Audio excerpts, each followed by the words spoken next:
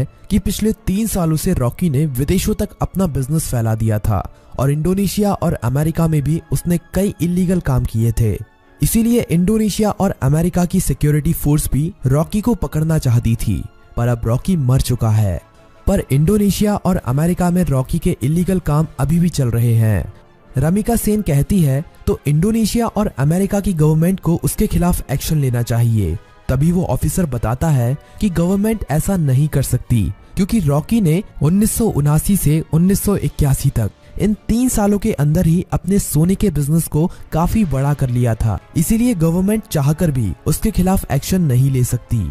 Film की कहानी अब फ्लैशबैक में जाती है और हमें रॉकी के जीवन के उन्हीं 3 सालों के बारे में पता चलता है, जिसमें उसने अपने साम्राज्य को विदेशों तक फैला दिया था। सभी माइनों पर कब्जा होने के बाद रॉकी ने और कई माइनों की खोज कर ली थी और सभी लोगों को उनकी खुदाई में लगा दिया था। रॉकी ने उन सभी माइनों से तेजी से सोना निकाला और इकट्ठा करता गया। उसने खुदाई को और तेज करवा दिया था। दूसरी तरफ से उसने माइन की खुदाई के लिए और सोने की खोज के लिए अमेरिका से कई टेक्नोलॉजी मशीन भी मंगाई थी, जिससे वो जल्द से जल्द इन सभी माइनों का सोना निकालकर इकट्ठा कर सके। रॉकी ने अगले 1 साल के अंदर इन माइनों से इतना सोना निकाला था जितना कि पिछले 20 सालों में भी नहीं निकाला था। दूसरी तरफ रॉकी ने अपने इलाके को एक इंडस्ट्रियल एरिया बना लिया था और माइन में काम करने वाले लोगों के लिए उसने अच्छे घर, स्कूल, कॉलेज, अस्पताल सब कुछ बना दिए थे। इसीलिए खुदाई करने वाले लोग उसे काफी पसंद करते थे और उसके लिए अपनी जान देने के लिए भी तैयार थे। धीरे धीरे करके रॉकी का साम्राज्य बड़ा ही होता जा रहा था। विदेशों में सोने का एक्सपोर्ट करते करते रॉकी की जान पहचान भी विदेशों की सरकार से भी हो गई और सरकारों के कई लोग रॉकी के साथ मिल गए। रॉकी कई बार इंडोनेशिया और अमेरिका में भी गया था। वहां पर भी उसने अपने सोने के साम्राज्य को काफी बड़ा कर लिया था। इस साम्राज्य को फैलाने में सरकार के कई लोगों ने उसकी मदद की थी और रॉकी ने एक गैंग अपनी इंडोनेशिया में और एक अमेरिका में भी खड़ी कर ली थी और रॉकी ने इन गैंग के लिए अपना एक एक लीडर भी बना लिया था और रॉकी उन सभी का राजा बन गया था। इस तरह से रॉकी ने अपने साम्राज्य को विदेशों तक फैला दिया था। अब कहानी फ्लैशबैक से बाहर आती है और हमें दिखाया जाता है कि जब रमिका सेन ने भारत में रॉकी के साम्राज्य को खत्म कर दिया था और रॉकी अपना सारा सोना लेकर समुद्र के बीच में चला गया था, वहां पर रॉकी ने इंडियन नेवी को खुद मैसेज करके उसे मारने के लिए कहा था। तब इंडियन नेवी ने रॉकी के शिप पर मिसाइल छोड़कर रॉकी को मार दिया था, पर रॉकी वहां पर मरा नहीं था। रॉकी का सारा सोना उसी समुद्र की गहराइयों में उसी जहाज में दफन है और रॉकी को अमेरिका के सबमरीन ने बचा लिया था। ये सबमरीन अमेरिका के एक बिजनेसमैन की थी, जिसे रॉकी ने उन 3 सालों के बीच में अपना पार्टनर बना लिया था। रॉकी अब अमेरिका में सबसे छुपकर रह रहा था और वो महीने में कभी कभी इंडिया भी किसी को फोन करता था कि केजीएफ का क्या हुआ, केजीएफ को ठीक होने में कितना समय लगेगा। अब कहानी इंडिया में शिफ्ट होती है और हमें दिखाया जाता है कि सलार केजीएफ के तबाह होने के बाद केजीएफ को दोबारा से खड़ा कर रहा है और जो लोग बच गए थे उन सभी लोगों के साथ मिलकर रॉकी के साम्राज्य को दोबारा से खड़े करने में लगा हुआ है। सलार ये सभी रमिका सेन से छुपाकर कर रहा है, पर बहुत जल्द रमिका सेन को भी इसके बारे में पता चलने वाला है। धीरे धीरे करके सलार रॉकी के साम्राज्य को दोबारा से खड़ा कर देता है और दोबारा से माइनों में खुदाई शुरू हो जाती है। अब सलार रॉकी को फोन करता है और कहता है, मालिक, हमने आपका साम्राज्य दोबारा से खड़ा कर दिया है। जिस तरह आपने कहा था, अब आपके लौटने का समय आ चुका है। रॉकी कहता है, सलार, तुम्हारे लिए मेरे पास एक काम और है। तुम्हें उस सोने को समुद्र से निकालना है जो हमने इतने सालों से वहां पर छुपा के रखा है। वो हमारी माइनों से ही निकला हुआ सोना है। इसे हमें किसी भी कीमत पर समुद्र से निकालना है। इस सोने की मदद से ही मैं दोबारा से भारत में अपने साम्राज्य को खड़ा करूंगा। सलार सोने को समुद्र से निकालने के काम में लग जाता है और इंडिया में अब एंट्री होती है रॉकी की। सलार अपने लोगों को कहता है कि मालिक कई सालों के बाद यहाँ पर पधार रहे हैं, उनके स्वागत में कोई भी कमी नहीं रहनी चाहिए। किसी को नहीं पता था कि ये मालिक कौन है। रॉकी अकेला ही अमेरिका से आ रहा होता है। केजीएफ में रॉकी का स्वागत धूमधाम से किया जाता है। सभी लोग रॉकी को देखकर हैरान थे, क्योंकि उन्हें लग रहा था कि रॉकी मर चुका है, लेकिन रॉकी तो अभी जिंदा है। रॉकी अपनी माइनों का काम देखने के बाद सीधा मिलना चाहता था रमिका सेन से। सलार कहता है कि हम भी उसके साथ चलेंगे, पर रॉकी कहता है कि नहीं, मैं अकेला ही मिलने जाऊंगा। रॉकी अकेला ही अपनी रोल्स रॉयल कार में जा रहा होता है। तभी नाके पर पुलिस उसे पकड़ लेती है। पुलिस वाले जानते नहीं हैं कि वो अंदर आता है और पुलिस को लाइसेंस दिखाता है। पुलिस वाला लाइसेंस पर रॉकी का नाम पढ़कर हैरान रह जाता है और रॉकी को वहां से जाने देता है। रॉकी अब सीधा रमिका सेन से मिलने के लिए जाता है। रॉकी के पहुंचने से पहले वो पुलिस वाला रमिका सेन तक ये खबर पहुंचा देता है कि रॉकी अभी भी जिंदा है। रमिका सेन ये खबर सुनकर हैरान हो जाती है कि अभी तक रॉकी कैसे जिंदा है। रमिका सेन को ये खबर भी मिल जाती है कि रॉकी के यहाँ आने से पहले किसी ने केजीएफ को दोबारा से खड़ा कर दिया है और केजीएफ से अभी भी खुदाई करके सोना निकाला जा रहा है।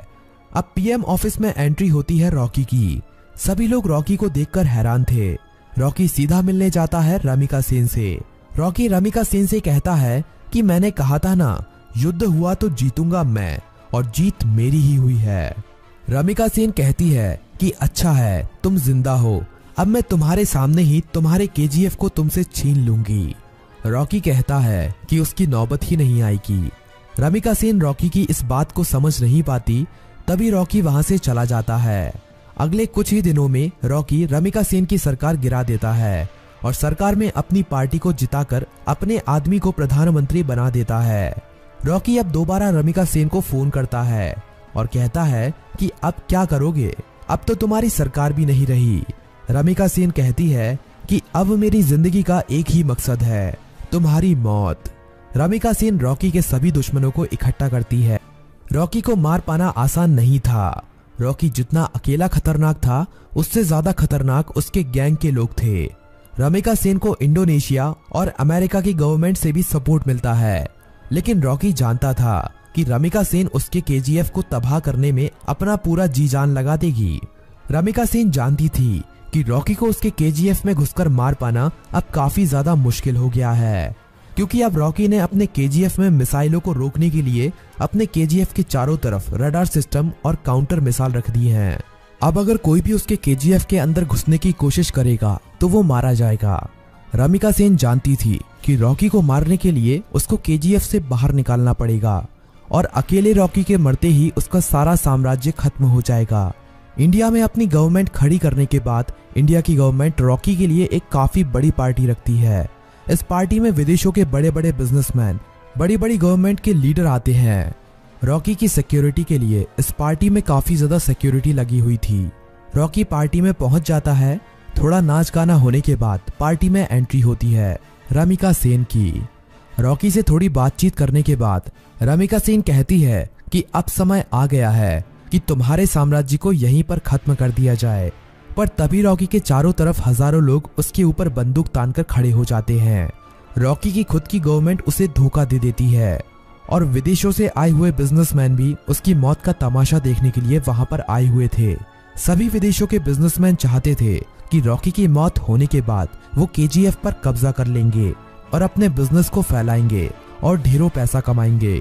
ये सब देखकर रॉकी खुद हैरान रह जाता है, पर रॉकी जानता था कि एक दिन उसकी मौत जरूर होगी, इसीलिए वो अपने आखिरी पल में भी निडर रहता है। रमिका सेन कहती है कि देख,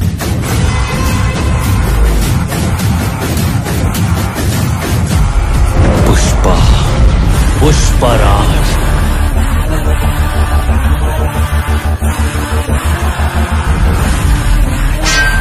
मैं इधर किसी के फट्टे में टांग अड़ाने को नहीं आया।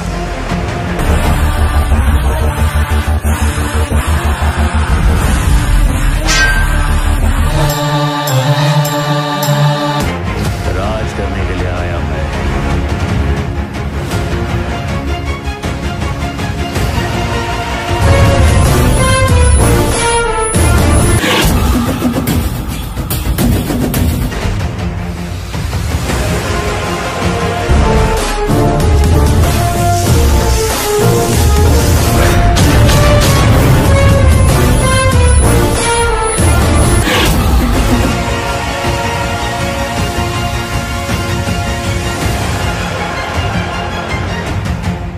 कई बड़े बड़े चेहरे सामने आने वाले हैं। जी हाँ दोस्तों, इस बार अल्लू अर्जुन पुष्पा 2 में अपना रूल दिखाने वाले हैं और इस रोल को तोड़ने के लिए सबसे बड़ा चेहरा सामने आ रहा है। अपडेट्स के मुताबिक बताया जा रहा है कि इस रोल में जूनियर एनटीआर दिखने वाले हैं, जो कि अपने आप में एक बहुत बड़ा अपडेट है। तो बात किया जाए इस फिल्म की शूटिंग की, तो फिल्म की शूटिंग चल रही है और इस फिल्म का लगभग आधा हिस्सा शूट किया जा चुका है। बात की जाए अगर कास्टिंग की, तो इस फिल्म में अल्लू अर्जुन और रश्मिका मंदाना लीड रोल में दिखाई देने वाले हैं। सुकुमार पुष्पा 2 को लेकर काफ़ी एक्साइटेड दिख रहे हैं, क्योंकि इस बार कहानी बहुत ही अलग होने वाला है।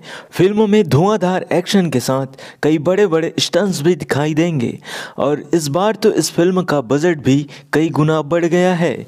ऑडियंस और पब्लिक के बीच में इस बार पुष्पा 2 का क्रेज इतना है कि जितना पहले बाहुबली का भी नहीं रहा होगा। ऑडियंस और फैंस के द्वारा जिस तरह इस फिल्म को प्यार मिल रहा है, लगता है यह फिल्म इस बार 400 करोड़ नहीं बल्कि 1000 करोड़ कमाने वाली है। जो फैंस पुष्पा 2 का एकदम बेसब्री से इंतजार कर रहे हैं, उन सब के लिए बहुत ही खुशखबरी की खबर आने वाली है, क्योंकि पुष्पा 2 बहुत ही जल्द आप सभी के बीच रिलीज होने वाली है।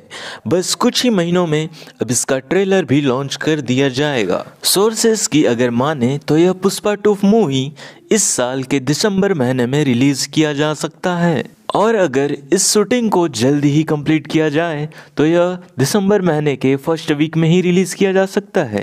अब ये तो खैर रिलीज होने के बाद ही पता चलेगा कि पुष्पा 2